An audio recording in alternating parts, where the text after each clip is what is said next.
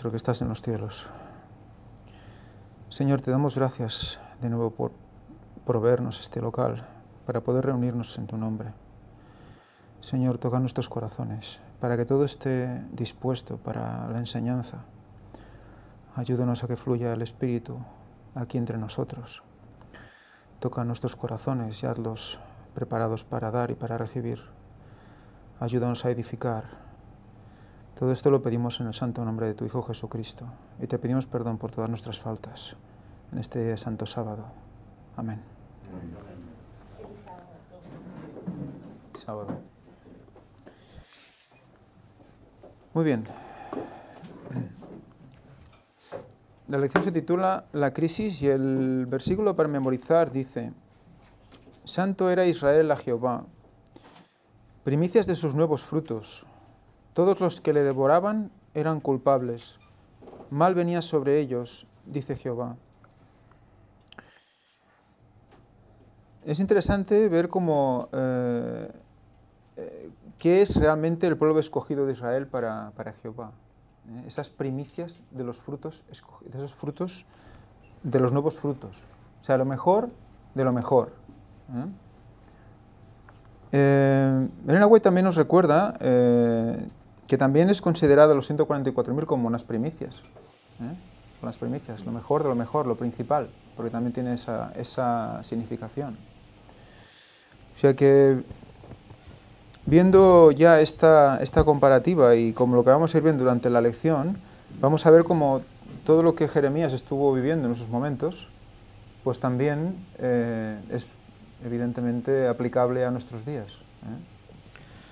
Eso también nos denota una vez más que esas fiestas judías tienen tanto que ver con no solo un episodio en la historia de la humanidad, sino una repetición.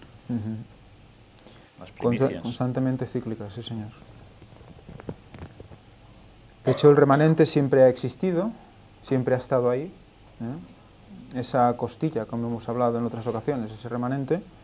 Y en todas las ocasiones está Jehová llamando constantemente a la puerta para que el pueblo se dé la vuelta, para que gire la cabeza, para que esté atento y para que despierte, como hemos visto en el himno que hemos cantado esta mañana.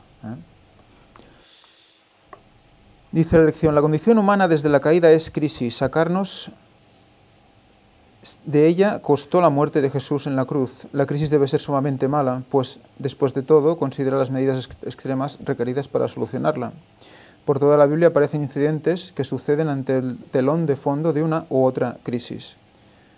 La situación en el tiempo de Jeremías y su ministerio no fueron diferentes. También nos recuerda la lección que no es el problema solo la crisis externa, es la crisis que está a nuestro alrededor, que es lo que puede estar pasando a nuestro alrededor, que puede afectarnos, sino la crisis interna del propio pueblo, que es lo que vimos también por los textos de Elena White, que es lo que al final va a ser más determinante contra el remanente. Los propios hermanos persiguiendo a hermanos. En la lección del domingo nos hace leer Jueces 2 del 1 al 15, lo cual creo que es interesante que analicemos poco a poco.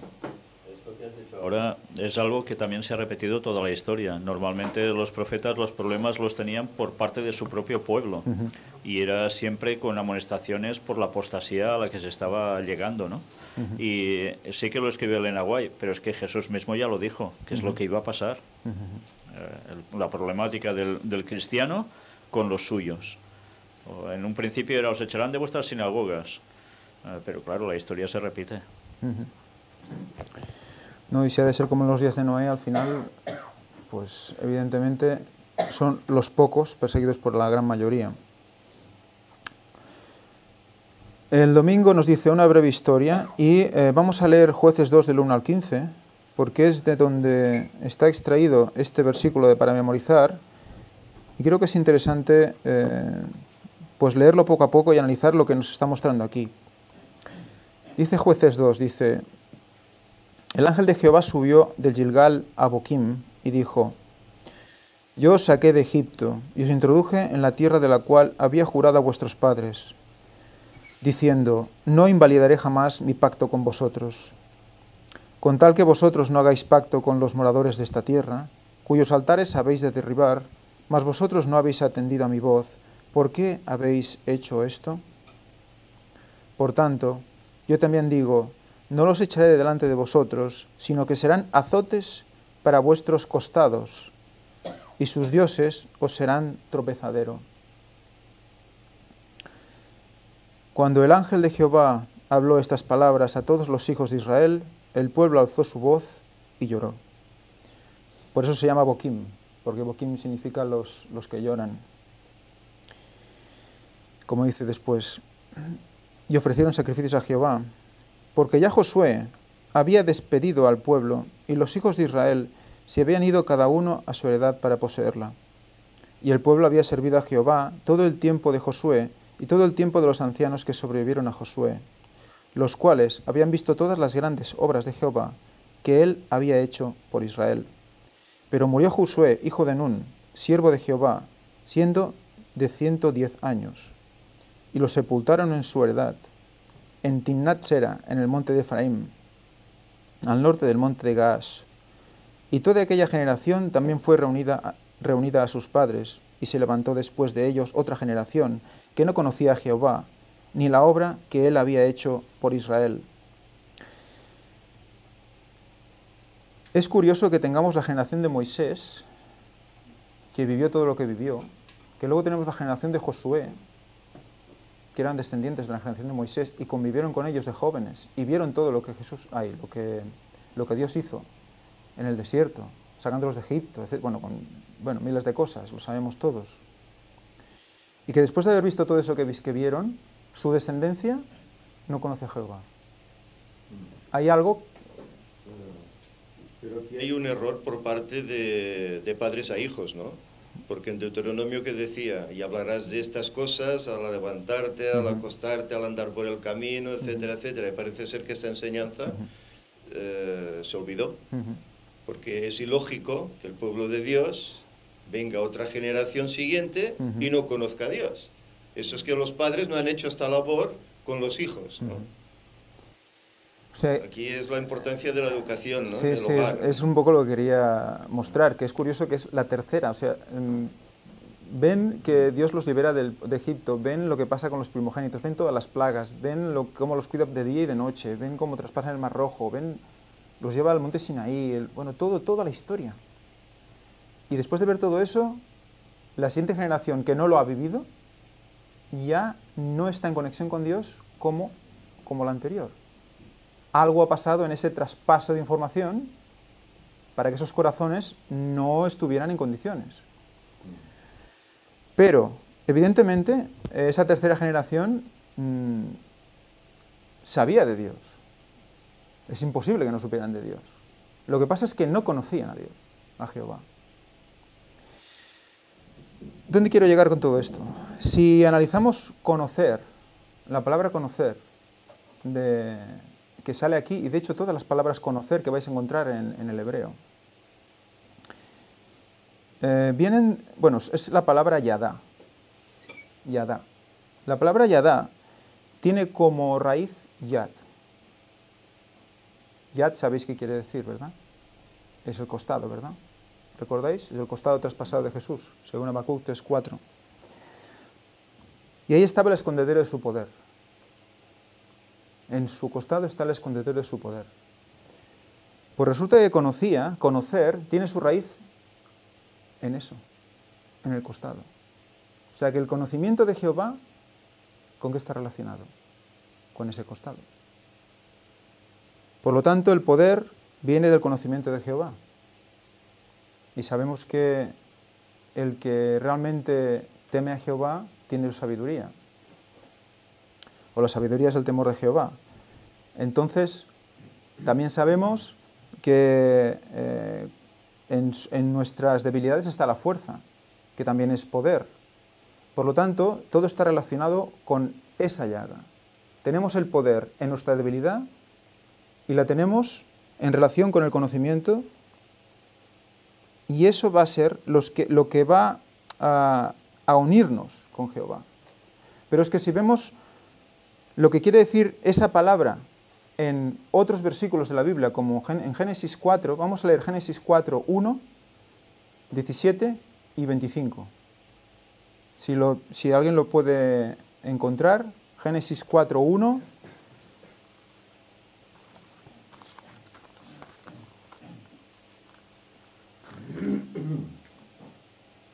Génesis 4, 1.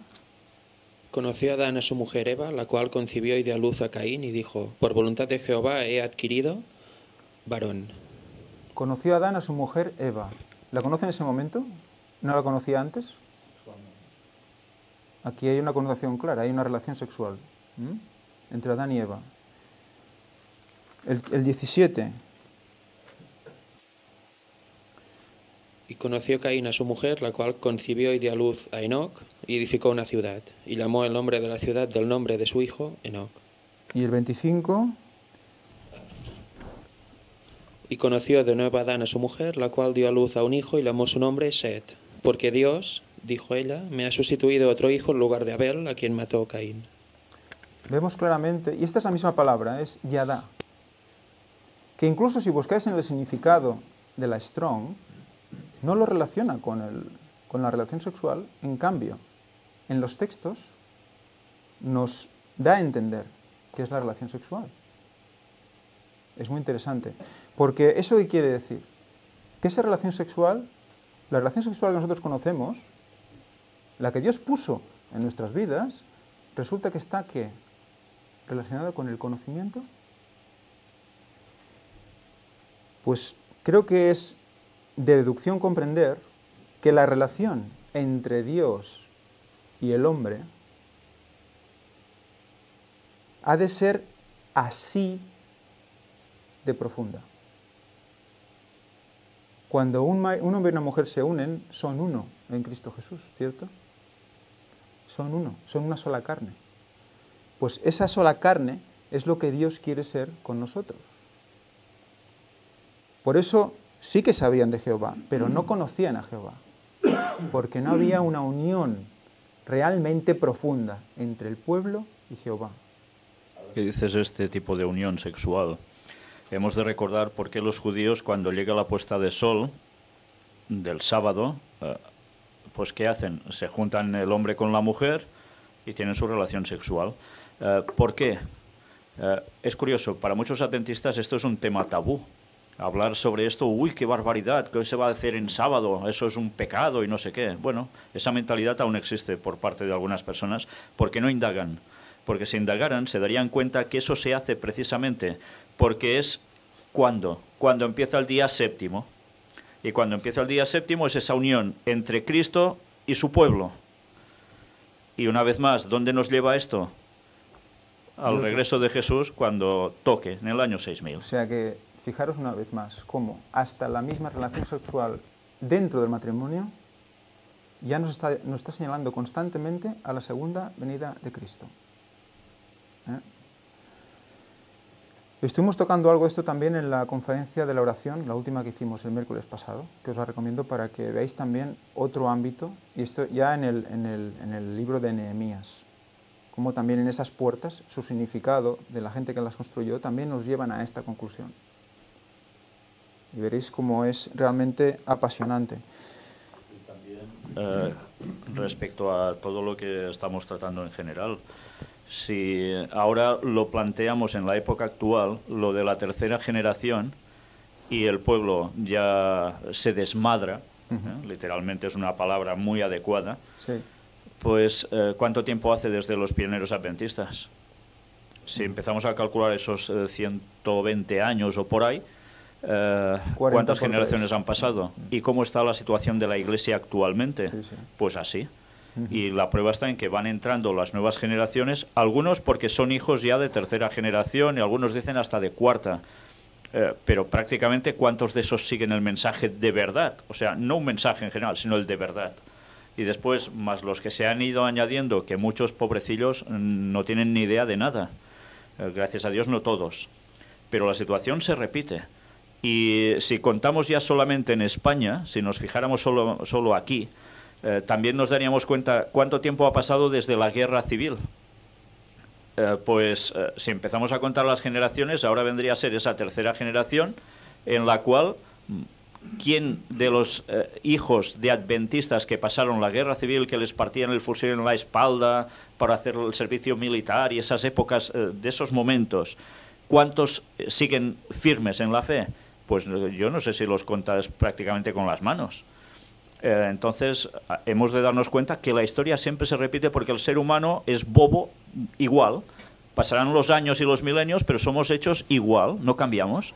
Entonces ese proceder está llevando una vez más a, como decía alguien, basándose en estadísticas, a nivel de las religiones en general, y es que cuando una denominación ha crecido, primero se ha generado, ha crecido, luego se ha mantenido, después viene el ¿qué? La hecatombe, como con los imperios, exactamente igual. Y ahora la Iglesia Adventista está en esa misma situación. Empezó muy fuerte, muy potente, se mantuvo un poco y patam, se la pega. Y ahora eso pasa en todas las denominaciones. No es algo solo exclusivo de la Iglesia Adventista, pero evidentemente cuando eso sucede, Dios, ¿qué tiene que ir haciendo? Lo que ha hecho durante toda la historia, ir sacando un remanente de lo que hay, porque si no, se va todo el barco abajo. Y la historia que se repite ahora nos toca vivirlo a nosotros. Por eso en el último tiempo Dios tiene que sacar un remanente del remanente, porque es cuando toca que Jesús venga. Y es que si lo analizamos de forma racional, lo que decía él de esas generaciones que pasaba con el pueblo de Israel durante la época de Moisés, tuvieron que pasar muchas dificultades, tuvieron vieron los grandes milagros, pero aún así les costó mucho. Vieron cómo Dios fulminaba a los anatemas en ese tiempo, también cómo fueron perseguidos, cómo fueron, incluso algunos los mataron, cómo estuvieron cuando en Egipto sometidos. Entonces el ser humano es así, cuando está en dificultades, cuando se le está machacando constantemente, es cuando más se hace fuerte. Y en general somos iguales. ¿Qué pasó en el tiempo de los pioneros? Vivieron muchas cosas, vivieron el chasco, por ejemplo, y más cosas. Ellos se entregaban totalmente a la obra, pasaban dificultades. ¿Por qué? Porque era un tiempo donde no tenían las comodidades que nosotros tenemos ahora. Entonces eso es lo que pasa a nivel en general, lo que decía él, de las personas que vivieron la guerra, pasaron hambre, pasaron tantas cosas y por lo tanto se hacían más fuertes y tomaban más conciencia, pero los jóvenes de ahora que no han vivido nada de esto y que todo lo han tenido en la vida prácticamente sin padecer necesidades, pues son lo que son. Por eso es que la juventud está como está, por eso es que la iglesia está como está, porque no se ha vivido ese proceso, esas dificultades. Cuando la persona vive por eso, se hace más fuerte y entiende mejor las cosas. Y eso que ha dicho Víctor ahora, esta semana he visto un escrito, el último discurso de un presidente adventista de los años 80, no me acuerdo su nombre, está por internet, y dijo lo mismo que ha dicho él, que las iglesias empiezan así, primero con un líder, poca gente, con fuertísimos, a la segunda generación ya va disminuyendo, a la tercera también, y a la cuarta al final ya no se sabe ni qué era lo primero. Y dijo, ojalá no pase eso con la iglesia adventista. Qué pena, ¿eh? En el 80 lo dijo. Pues, y ha pasado. Es una pena, pero también la iglesia está bajado hasta el nivel de ser completamente mundana y como cualquier otra. Y él ya lo advertía en el 80 y dio un discurso potentísimo, ¿eh? Yo lo he leído todo y es que siempre coincide cuando aumenta la comodidad, cuando aumenta la estabilidad externa. Y el conocimiento del Señor. Entonces ya no hacemos lo necesario, lo imposible para poder hacer, conocer a Dios, conocer a nosotros mismos. Estamos más pendientes de, entre comillas, vivir la vida, disfrutar de los placeres que nos presenta la estabilidad. Pero fijaros aquí Josué ya había muerto, ya se había hecho todas las batallas, ya habían luchado todo, ya habían estado enfrente de todos los enemigos, ya habían limpiado, menos algunas tribus, evidentemente, que son las que les dan azotes en sus costados, ¿eh? Pero ya estaba todo más o menos estable, entonces todos se van a sus pueblos, a sus tierras que han heredado, que les han repartido, y ya a vivir la vida. Ya está. Y entonces, claro, Hay otro texto más adelante, en otro día de estos, que no recuerdo ahora cuál es, que habla de que estaban como asnas montesas, que estaban siempre olisqueando, esperando a ver, con lujuria, a ver si encontraban algo, estaban siempre a punto, digamos, ¿no?, para el celo. Sí, lo dice así, lo dice así. O sea, que veis otra vez otra connotación sexual al respecto para darnos a entender la relación del pueblo con Dios, en este caso del pueblo con la apostasía. Siempre dispuesto a recibir el pecado, siempre. Y cuando viene, lo recogen. Porque el pecado siempre está preparado, o sea, siempre Satanás está preparado, no está relajado, siempre está preparado para que cuando el cristiano se relaja, pues lo tenga a punto. Entonces, en el acomodamiento está esa situación de, digamos, celo constante por lo primero que viene, que es una especie de prostitución, para entendernos, ¿no? Entonces, ver esto desde este punto de vista más amplio, incluyendo este significado especial de la relación sexual hombre-mujer, Cristo-Iglesia, Dios, pueblo de Dios, creo que nos va a hacer entender mucho más cómo también incluso a comprender por qué el pueblo hebreo se comportaba de esa manera. Porque muchas veces lo vemos como de fuera, como dices, bueno, ellos eran inferiores a nosotros, tenían muy poco conocimiento, o vete a saber, ¿no? Pero en cambio los hombres somos iguales, tenemos las mismas pasiones. Elías tenía las mismas pasiones que nosotros. Por lo tanto, está claro que hay que aprender de eso. Y a la vez comprendemos, en parte, lo que el pecado hizo en ellos. Y tenemos que aprenderlo para comprender lo que hace en nosotros.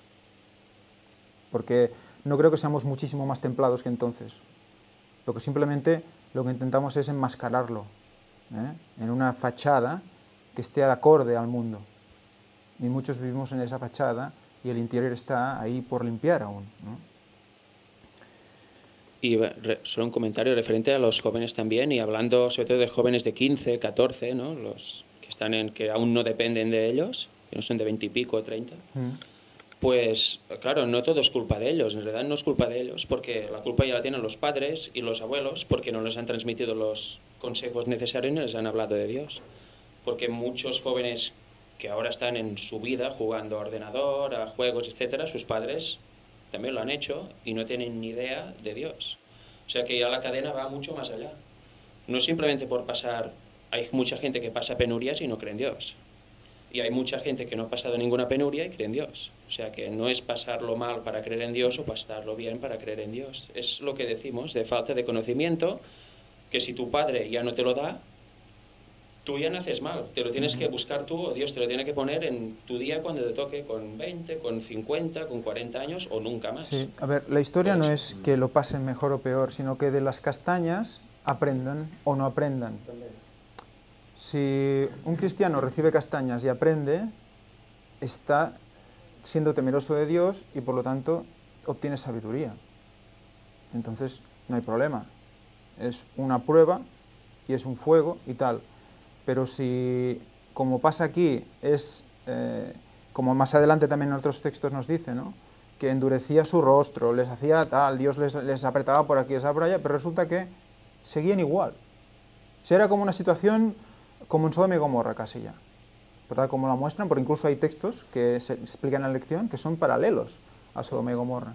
Que hay una parte en la lección, no recuerdo ahora qué día es, que habla de que era cuando Jeremías hablaba al pueblo y les avisaba de lo que iba a venir, les hablaba de que, bueno, parafraseaba lo mismo que le había dicho Jesús a Abraham, de que si quedaban pocos, con que solo quedaran 10, solo quedara uno, no eliminaría al pueblo, no eliminaría Sodoma y Gomorra. O sea que la situación de ese pueblo era muy parecida a la de Sodoma y Gomorra.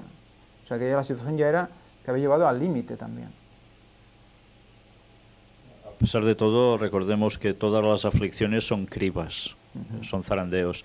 Y Y es cuando la gente se define plenamente con Dios o se va fuera por temor a lo que le pueda pasar. Y esto, una vez más, que ha pasado toda la historia, seguirá pasando ahora al fin de los tiempos. Y recordemos las frases típicas sobre los mártires, cuando se mostraban verdaderamente como tales, cuando se agarraban más de la fe y cuando era ante la oposición más acérrima que les podía causar hasta la muerte. ¿Y otros qué hacían? Pues se iban del Evangelio, por temor. Y ahora volverá una vez más a pasar lo mismo. Cuando hemos pasado épocas relativas de bonanza, que por nuestras creencias nadie nos ha dado ningún bofetón ni cosas de estas, pues imaginaos cuando ahora venga de repente todo lo que va a venir. Cuando ya vemos la situación mundial que se está preparando de lleno para ello, ¿no?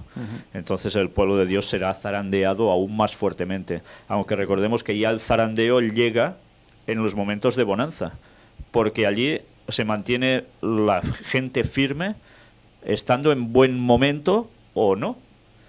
Y a veces es un zarandeo casi más fuerte que el momento de aflicción. Sí, ¿sí? Es un zarandeo encubierto. Sí. A ver, es lo que le pasó al pueblo, de hecho. Sin aflicción se pierde. Con aflicción te lo planteas, ¿no? Eso es un poco lo que... Es que no aprendemos de otra manera. Incluso de esa manera tampoco se va a aprender, mucha gente no va a aprender. Y el testimonio de los mártires es fuertísimo, para dar ejemplo, porque esta semana he leído una noticia de un hecho que sucedió en agosto. El Estado Islámico, en un pueblo de Siria, entró, cogió al hijo del predicador cristiano de la ciudad y lo crucificó. Y le dijo, lo vamos a soltar, al padre le dijeron, si te conviertes, si dejas el cristianismo. Y lo azotaron, le pegaron, el padre dijo que no, que de ninguna manera. Luego lo crucificaron a él también y a otros más. Y luego cogieron a otras chicas, las violaron en medio de la calle y les dijeron, si os convertís no va a pasar nada más. Tampoco se convirtieron. Y al final las mataron a pedradas, creo, al final, después de violarlas. Es un testimonio fuerte, porque si te ves en esta situación que crucifican a tu hijo, te crucifican a ti, o si eres mujer te violan, te maltratan, te pegan, y no renunciaron a su fe. Eso es cristianismo de verdad. A mí me dejó tocado este testimonio, porque es situación extrema, como los mártires de la Edad Media, que te matan, te hacen de todo, no hay ninguna esperanza para ti, y no te conviertes. Incluso creo que una de las chicas violadas levantó la mirada al cielo diciendo Jesús.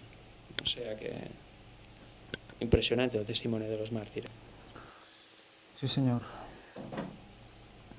En la lección del lunes nos recuerda cómo los diferentes líderes de los dos reinos que quedan, en el norte Israel y en el sur Judá, iban, de cada 4 uno bueno o menos, ¿no? Entonces cada vez iba la cosa peor, y lo que pasaba es que era cuando uno de los jueces que puso Dios para guiarlos pues lo hacía bien, pues bien, ¿no? Todo el pueblo iba bien. Pero cuando ese juez moría, pues entonces todo el pueblo se olvidaba. Había un rey que llevaba bien al pueblo, vale, el pueblo bien. Luego, o sea que, imaginaos cómo la tendencia esa que hablamos a veces de borregos, de hacer solo lo que ves que hacen los demás, es una tendencia actual también. Y nos reímos de esto quizás, pero hacemos lo mismo hoy también. Y con eso juega, eso se llama, eso es biológico, eso viene con el hombre, eso es la neurona espejo, se llama. La neurona espejo la tenemos todos la tenemos, y se desarrolla mucho en la adolescencia. Por eso suelen ir más en grupo y por eso tienen esa tendencia a ser aceptados los adolescentes. Si no son aceptados, pues se sienten muy mal, ¿no? Luego cuando pasa ya esa época, pues más o menos eres adulto y metes igual si te dicen algo o no te dicen nada, ¿no? Pero esos momentos son difíciles porque esa neurona está en plena expansión, está en pleno a ver dónde pertenezco, pero sigue en actividad durante toda la vida. Entonces tenemos la tendencia a que lo que está a nuestro alrededor, nosotros como que nos adaptamos a ello. Entonces con eso juegan las modas, con eso juegan los grandes mensajes, los mensajes de masas. Si todo el mundo dice una cosa, al final te la crees. Todas esas cosas es por conexión, por estar al lado de grupos grupos de influencia. Pues lo mismo pasaba aquí. ¿Por qué Dios dijo, eliminad a todas las tribus que no son, que yo os digo que vayan fuera, que no han de ser su tierra, que esta tierra es para vosotros? Porque sabía que si quedaba una tribu, un trocito de una, ya sería una manera de influencia para ese su pueblo, ¿no? Y es lo que pasó. Y además les dice que se las va a mantener ahí para que sea un azote. No las queréis, pues ahí las tenéis. Y ahí fueron sufriendo y sufriendo continuamente. En la lección del martes nos hace leer Jeremías 2 del 1 al 28. Y creo que también es interesante leerlo con tranquilidad. Porque es la profecía de Jeremías, lo que Dios le dice a Jeremías, que diga al pueblo. Y eso también es muy actual.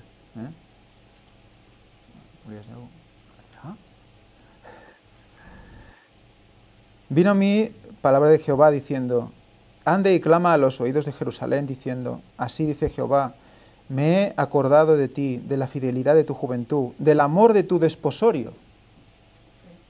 ¿Qué narices tiene? Ay, perdón. ¿Qué tiene que ver eso ahora ahí, no? Y volvemos otra vez a lo que hemos dicho antes, esa relación hombre-mujer. ¿Por qué pone eso ahí? De tu desposorio, cuando andabas en pos de mí en el desierto, en tierra no sembrada. ¿Qué se está acordando? De cuando los llevaba por el desierto, ¿no? Cuando salieron de Egipto. ¿Se estaban casando todos en ese momento? No, ¿verdad? ¿Qué relación había ahí de desposorio? Desposorio es noviazgo. Es completar también, si buscáis la palabra. Eran completos en Dios, con Dios, en unión con Él. Estaban como novias, emocionadas por esa unión con Dios. Ahí el matrimonio otra vez, ¿lo veis? Y hace referencia exclusiva aquí. Y no tiene por qué hacerlo, pero lo hace. Santo era Israel a Jehová, primicias de sus nuevos frutos. Todos los que le devoraban eran culpables. Mal veía sobre ellos, dice Jehová. Mal venía sobre ellos, dice Jehová. Oíd la palabra de Jehová, casa de Jacob, y todas las familias de la casa de Israel. Así dijo Jehová. ¿Qué maldad hallaron en mí vuestros padres, que se alejaron de mí y se fueron tras la vanidad y se hicieron vanos?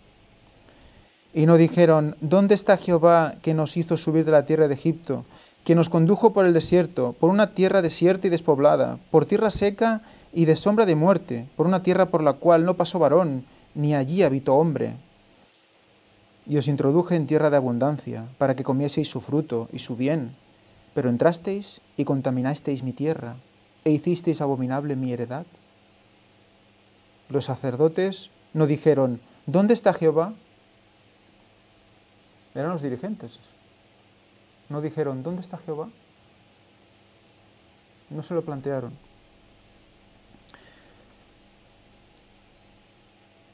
¿Pero por qué? Porque eso lo veremos más adelante, y si no lo vemos lo digo ahora, porque así... ¿Qué pasa? Tenían un templo, ¿verdad? Templo de Jehová es este, templo de Jehová es este. Más adelante en la lección lo recuerda también. Como tenían el templo, ya no buscaban a Jehová, porque veían el templo. Si ya tenemos el templo, está hecho, todo hecho ya. Está aquí, nos va a proteger ¿no? El arca y todo lo que hay. Por lo tanto, también es una analogía interesante a ese tercer templo que quiere ser casa de comunión para todos los pueblos, todas las naciones, que será esa simbología, esa unión de todas las religiones, y será ahí en Jerusalén. Cuando esté ese templo ya todo solucionado. Se rehará el arca, se pondrá allí, no lo de verdad. O sea que tenemos como viven engañados y sin hacerse preguntas. Por lo tanto, no dice, y los que tenían la ley no me conocieron, otra vez. Los que tenían la ley no me conocieron. ¿Cómo es posible que tengas la ley y no conozcas a Jehová? Claro que lo conoces, pero no lo conoces en el sentido que lo dice aquí, que es en una estrecha unión siendo uno con Él. Cuando Jesús dice, sed uno conmigo, bueno, hace toda esa analogía de uno con vosotros, uno conmigo, etcétera, etcétera, es en esa relación. Es realmente así. Bueno, no sé si lo dirás, pero... No lo sé, porque como los apuntes los tengo en otro lugar, ya lo sabéis. Donde cuando en ese tiempo que estaban en apostasía total y que se defendían con la expresión templo de Jehová es este, Bueno, es lo que hemos comentado. sí, lo repetían, pues trasladándolo a nuestro tiempo pasa igualito, si es Sí, que sí, no, sí. nada cambia el tiempo, así la época, pero igual ahora en este tiempo La iglesia de Dios. la iglesia, exactamente. La iglesia de Dios es esta, es santa, pura y buena, y Dios sacará la cizaña de ahí, y aquí hay que estar porque aquí vamos a ser salvos. Sí. Siendo adventistas seremos salvos y ya está. Y una y otra vez se defienden con esa misma expresión, trasladándola también al tiempo de Jeremías, cuando ellos decían que estaban en el templo y por lo tanto Dios no los iba a destruir ni iba a hacer nada. Hoy actualmente se defienden con esa expresión, y cuando uno intenta explicarles las cosas, engañados totalmente, defendiendo que la iglesia... Entonces eres disidente. Exacto, entonces eres disidente, estás en apostasía tú, no ellos que están haciendo tantas barbaridades dentro de la iglesia. A ver, que no estoy diciendo que seamos santos nosotros, pero cuando se señala los males que hay dentro de la iglesia y se dice que realmente van por un muy mal camino, dicen eso, esta es la iglesia, y lo que digan lo contrario, que critican a la iglesia, son disidentes y no serán salvos, y ya está. Pues esta es la situación, dice así: y los pastores se rebelaron contra mí, y los profetas profetizaron en el nombre de Baal. O sea, diciendo, perdón, no, que en esa actitud están haciendo eso, rebelarse contra Dios. Se supone que defienden a Dios, pero rebelan a Dios. No, es que es lo mismo. Hay una cita de Elena White, que luego vamos a ver, que dice, Cristo se manifestará cuando la Iglesia refleje plenamente su carácter. No al 50%, plenamente es plenitud, 100%.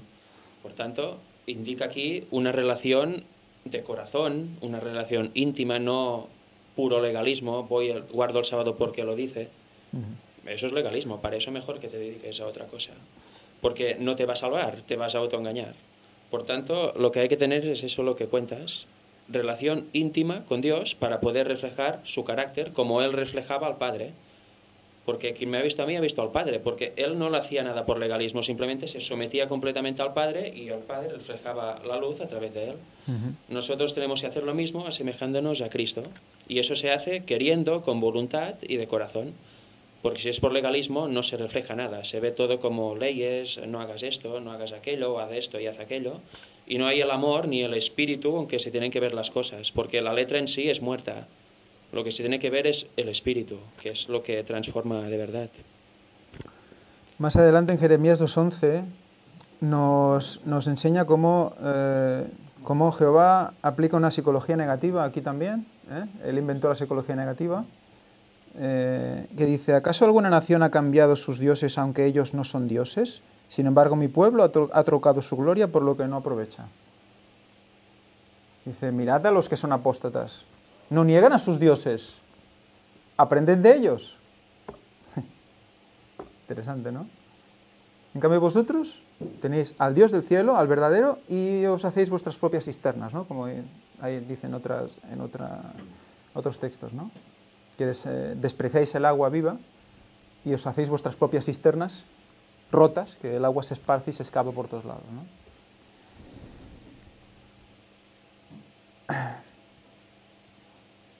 Espantaos cielos sobre esto y horrorizaos, desolaos en gran manera, dijo Jehová.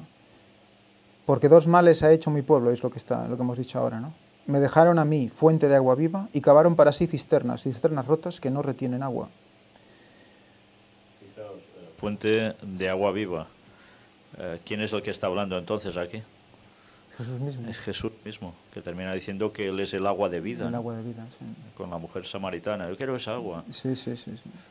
Y a veces algunos no identifican que este Jehová es el mismo Jesús y siguen diciendo, ¿cómo puede ser que ese Jehová hiciese esas matanzas y no sé qué? No se enteran de nada, porque no estudian, no les da la gana de estudiar y se cierran por banda.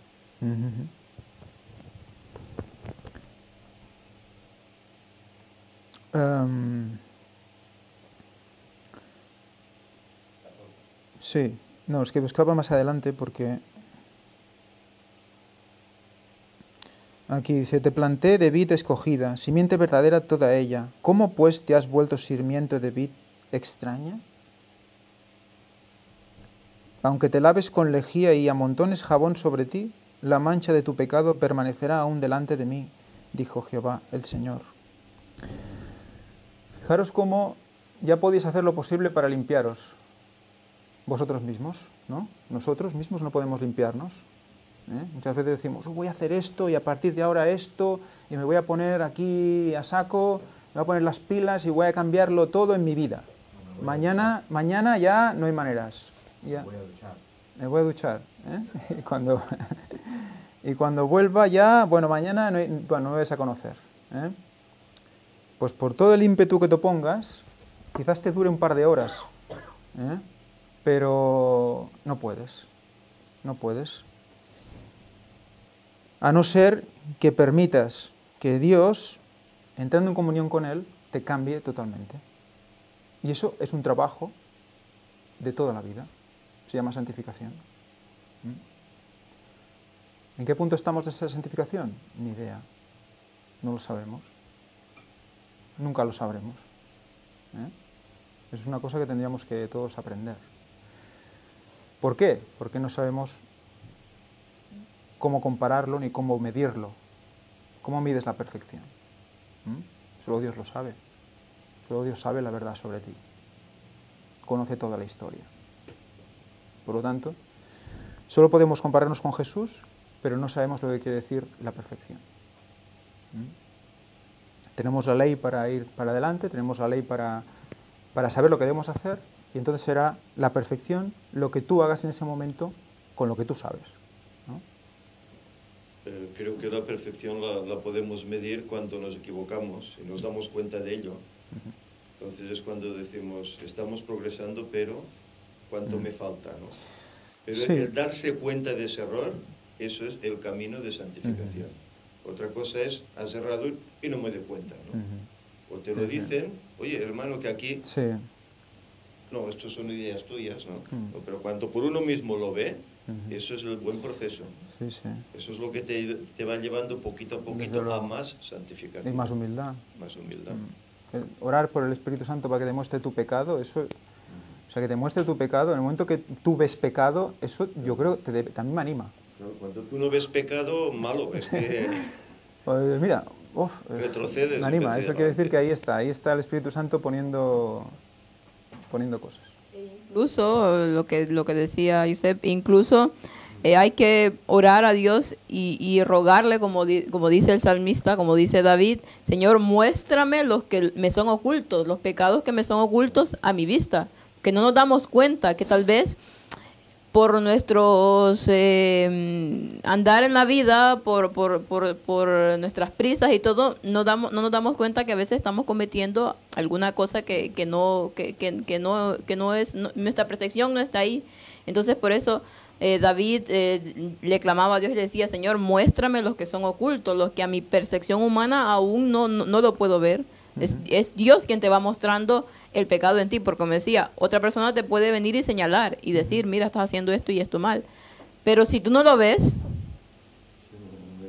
no hay nada que hacer porque no te está dando cuenta de ese pecado. Por eso debemos ver las personas con ese toque de compasión y ternura y comprender. Debemos comprender que es hipnosis, ¿no? Y a veces tendemos a ir a por... Sale eso humano de decir, ¿pero qué estás haciendo? Y a lo mejor esa persona hace lo posible por no hacerlo, ¿no? Y, bueno, yo creo que eso también es un ejercicio interesante de empatía, que viendo lo que sufrió el pueblo hebreo también nos ayuda a comprender. Aunque la perfección también tiene dos matices. Uno aquí, en Mateo 5, del 43 al 48, por ejemplo, dice Jesús mismo: Oísteis que fue dicho, amarás a tu prójimo y aborrecerás a tu enemigo. Pero yo os digo, amad a vuestros enemigos, bendecid a los que os maldicen, haced bien a los que os aborrecen, y orad por los que os ultrajan y os persiguen, para que seáis hijos de vuestro Padre que está en los cielos, que hace salir su sol sobre malos y buenos, y que hace llover sobre justos e injustos.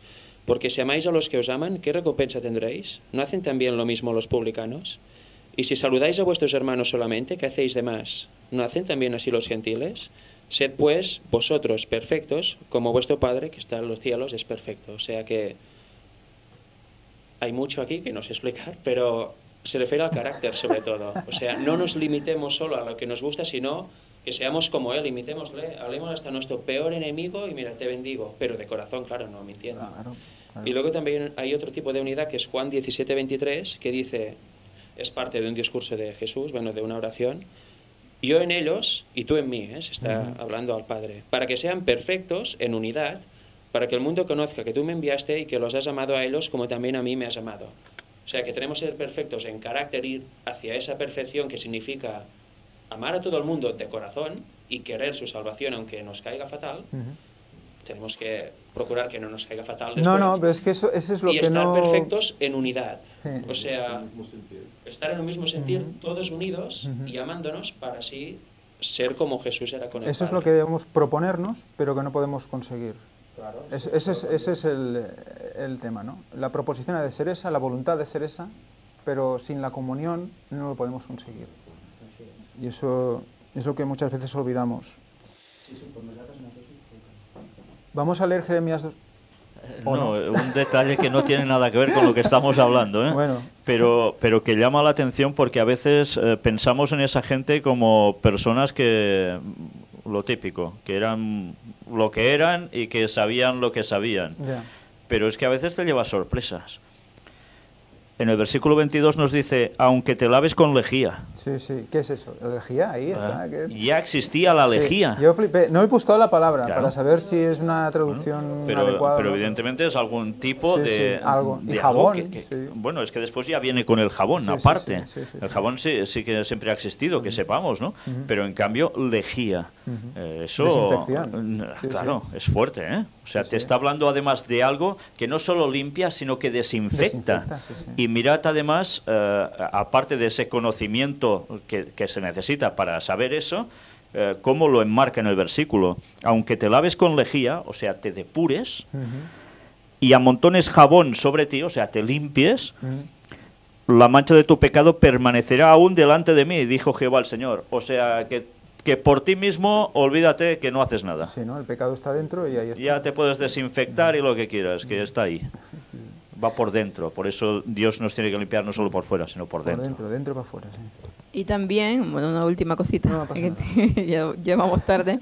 Y también, a pesar de que Dios nos limpie, claro está, de que Dios nos perdone y de que vayamos a Él de corazón con arrepentimiento, ese hecho no va a cambiar las consecuencias de ese pecado.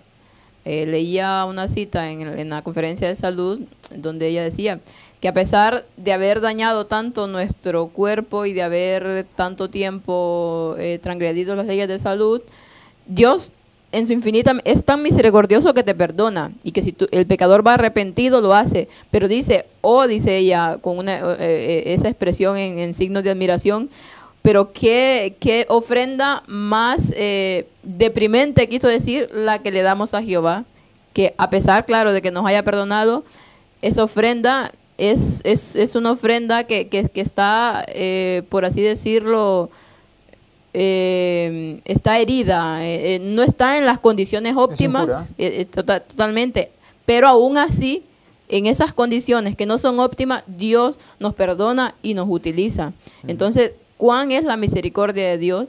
Que a pesar de que nosotros, cuando no hemos tenido un conocimiento, hemos hecho tanta cosa y tenemos un cuerpo enfermo, Dios aún nos perdona y de una u otra manera nos utiliza, porque sabemos que por nosotros mismos no somos capaces de hacer absolutamente nada. Por eso dice, el Señor obra el querer como el hacer en nosotros. Es el Espíritu Santo quien hace ese trabajo. ¿Nosotros qué tenemos que hacer? Orar, obviamente, orar, porque ahí está nuestra batalla. ahí es donde tenemos que ganar en la oración y en la lectura de la Biblia, porque es la manera como Dios nos va a ir mostrando el camino a seguir, y es como el Espíritu Santo va a ir cambiando aquellas cosas que tenemos mal. Entonces, es de poner de nuestra voluntad, porque claramente Dios no nos va a obligar. Nosotros tenemos que dar ese paso, pero entender que Dios va a obrar en nosotros tanto el querer como el hacer. Sí. No, y bueno, interesante eso que tú puedes comer lo mejor posible, la higiene a tope y tal, pero tu corazón estar totalmente desviado, ¿no? Eso es ofrenda a Dios, ofreces tu cuerpo en sacrificio, ¿no? Como dice también Pablo, creo que lo expone de esa manera. Cuando se ofrecía el cordero en sacrificio, que representaba al mismo Cristo, se buscaba un cordero perfecto, sin mancha. Pero ese cordero no tenía la carga del pecado en la naturaleza desde Adán, sí, pero se ofrecía sin mancha, como simbología. Evidentemente no era limpio, no podía ser limpio del todo y ser perfecto del todo, pero era lo permitido por Dios, dadas las circunstancias. En carácter. No, porque Jesús vino con toda la carga de pecado físicamente, pero en carácter. En carácter no. Y mira, la palabra elegía es néter, el H5427, que significa potasio, llamado así por su efervescencia ácida, lejía, y viene de H5425, que es natar, raíz primaria, saltar, específicamente ser agitado violentamente, caos, aterrar y sacudir para desprender, desatar, libertar, saltar y soltar. O sea, sí, vamos, limpiar ahí dándole. Sí, sí. Saco, sí. Ácidamente. Quería también remarcar Jeremías 2, 23 y 24, porque nos va a llevar a una situación de una iglesia concreta. ¿Cómo puedes decir, no soy inmunda, nunca anduve tras los Baales? Los Baales son los dioses paganos.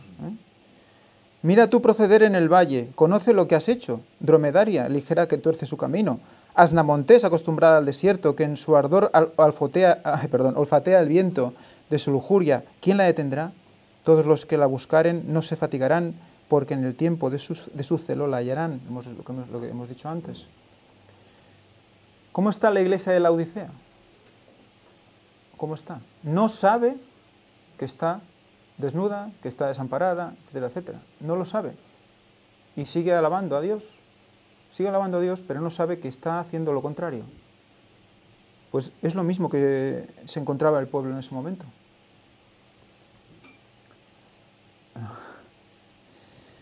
Guarda tus pies de andar descalzos y tu garganta de la sed. Mas dijiste, no hay remedio en ninguna manera, porque a extraños he amado, y tras ellos he de ir.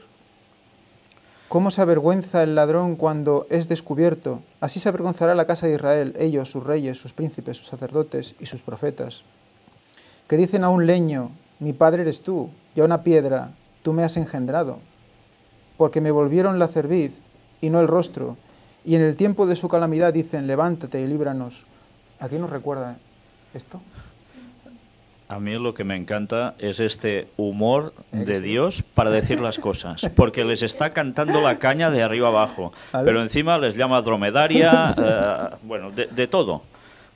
Pero además de una forma, con algo que es cierto, que ellos podían ver, pero que lo dice de un modo que hay que reconocer que tiene su gracia, porque lo lees. Una cierta ironía en esa manera de hablar de Dios, y lo utiliza. Bueno, es lo que a veces hemos comentado, de ese humor, ese buen humor. Y lo que decíamos de... ¿Esto nos recuerda algo? ¿De adorar un leño o una piedra? También. Catolicismo absoluto aún ahora. ¿Hay alguna religión que le dé por hacer estas cosas? Musulmanes también, pero tenemos unos cristos de madera y tenemos unos santos de piedra, a los cuales mucha gente se arrodilla a adorar.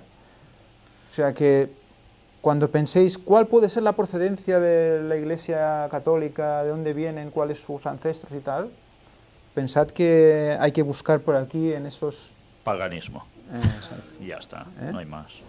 En ese paganismo, pero que evidentemente hay pueblo de Dios, había pueblo de Dios que directamente estaba haciendo eso también. Y él antes ha dicho los musulmanes. Bueno, los musulmanes no tienen nada para adorar en concreto, aparentemente, pero en cambio, fijaos que tienen que ir una vez en su vida al menos a la Meca y empezar allí A dar vueltas, a dar sí, vueltas sí. alrededor de algo que muchos no saben ni qué hay ahí dentro, ¿eh? Ya. Entonces, bueno, es para pensar si todo en el fondo no es más de lo mismo. Y cada año hay muerte. Se aplasta. Sí. ¿Y dónde están tus dioses que hiciste para ti? Levántense ellos, a ver si te podrán librar en el tiempo de tu aflicción, porque según el número de tus ciudades, oh Judá, fueron tus dioses. O sea que, de unido, lo decimos en Cataluña, vaya con la apostasía del pueblo de Dios en ese momento. Es que no había diferencia entre ese pueblo y el paganismo. Muy bien, pues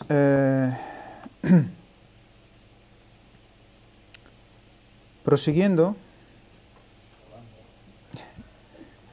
la amenaza de Babilonia. Jeremías 27:6 nos dice: y ahora yo he puesto todas estas tierras en mano de Nabucodonosor, rey de Babilonia, mi siervo, y aun las bestias del campo le he dado para que sirvan. Recuerda Jehová que cuando sea invadida... ¿Qué ha pasado?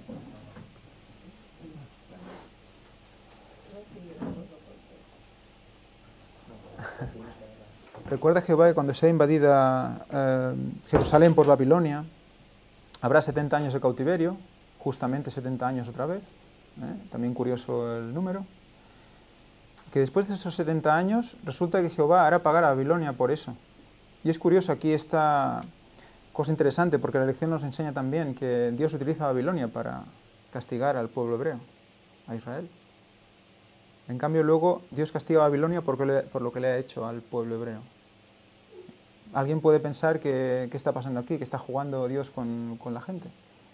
Pero no debemos olvidar cuál es el conocimiento de Dios, que sabe de todo y de todos, sabe lo que van a hacer y lo que no van a hacer, lo que permite y lo que no permite. Pero además es que Él mueve como peones a los reyes y a quien haga falta. O sea, Él tiene el dominio absoluto. Sobre todo los reyes. Claro, y son los que podían determinar si iban contra un pueblo o no.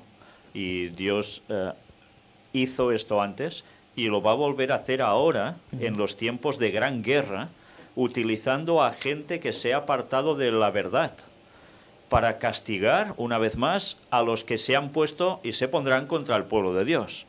O sea, la historia siempre será la misma. Dios está en el control absoluto y a veces sí que podemos pensar, es que Dios solo ve las cosas y las describe. No, pero Él también es el que hace levantar a las personas para hacer lo que tienen que hacer, ¿eh? O sea, es dominio absoluto. Sí, la Biblia nos habla de los reyes. Y eso de Babilonia, claro, volverá a pasar literalmente. La Babilonia espiritual, que es el Vaticano como epicentro, va a ir a matar a todo el pueblo de Dios. Y eso Dios lo permite, porque la aflicción brutal habrá el martirio y habrá la unidad y la prédica verdadera del pueblo. Por fin se pondrán las pilas. Pero al final también la va a destruir completamente, no va a dejar nada de Babilonia. O sea que es exactamente lo mismo que con la Babilonia literal. Lo que va a pasar con China al final de los tiempos también. No dice el texto que se van a levantar chinos, rusos y contra quién van a ir. Fijaos una vez más, gente que ya no está por lo que tendría que estar y en cambio, ¡pam! Eso no quiere decir que entre ellos haya gente que va a ser salva, por supuesto, y muchos. En Jeremías 25:12 nos habla de este momento en el cual ya se acaba el cautiverio del pueblo hebreo en Babilonia. Y dice: cuando sean cumplidos los 70 años, castigaré al rey de Babilonia y a aquella nación por su maldad, ha dicho Jehová, y a la tierra de los caldeos, y la convertiré en desiertos para siempre. Fijaros como 70 años, 7000 años y se acaba para siempre. Es muy curioso también, se acaba el pecado para siempre. Porque cuando ya baje Nueva Jerusalén y todo se queme, Satanás será eliminado para siempre. O sea que también todo está hecho con todo el sentido del mundo, para comprender en qué punto estamos en la historia y lo que queda.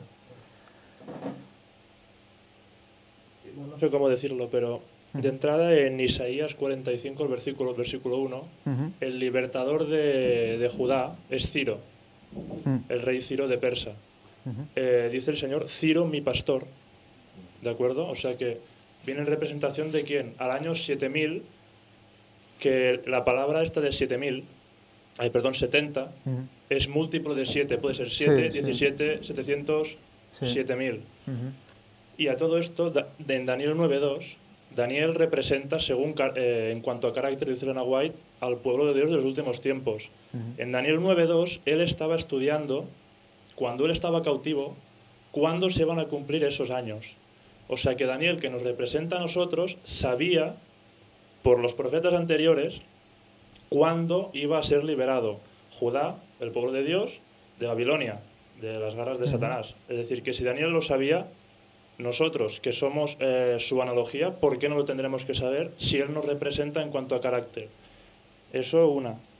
Luego en Jeremías aquí 2.6 dice que los inicuos dijeron, dice el versículo se dice, y no dijeron, ¿dónde está Jehová?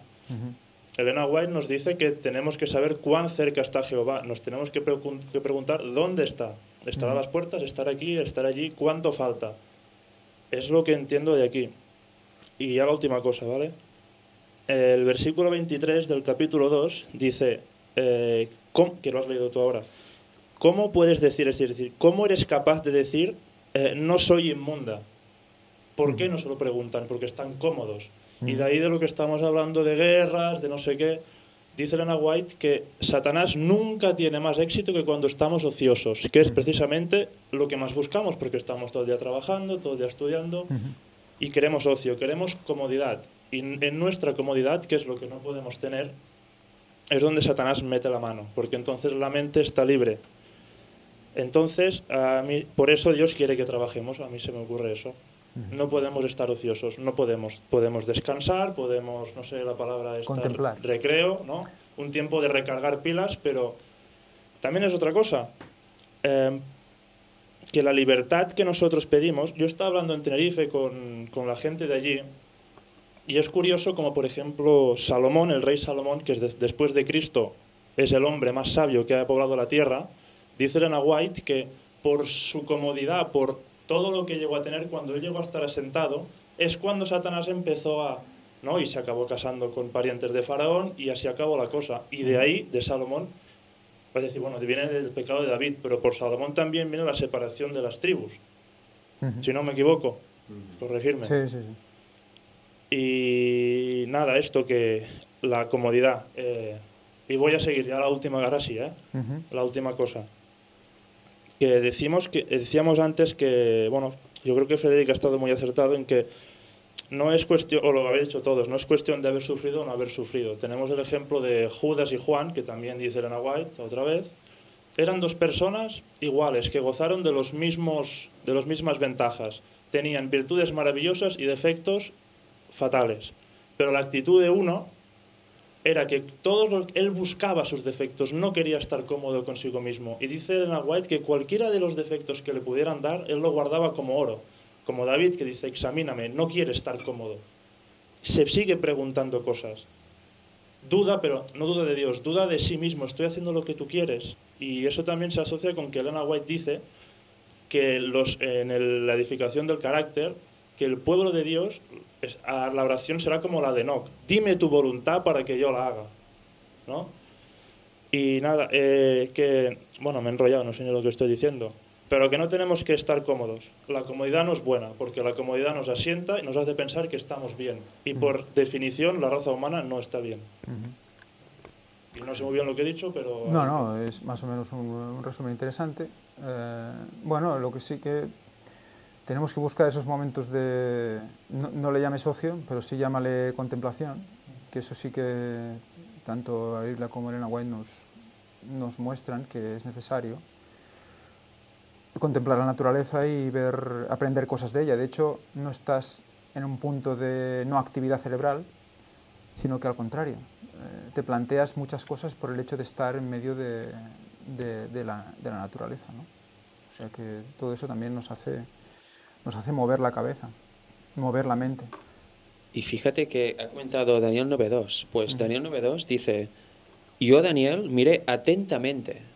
O sea, no voy a leer un poco. Atentamente estoy estudiando en los libros el número de los años que habló Jehová al profeta Jeremías, que habían de cumplirse las desolaciones de Jerusalén en 70 años, y volví mi rostro a Dios el Señor, buscándolo en oración y ruego, en ayuno, cilicio y ceniza.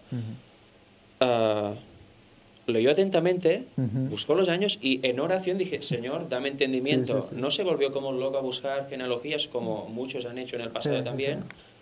Lo ponen todo en manos de Dios y tú guíame y ve mostrándome y a medida que me muestres iré viendo.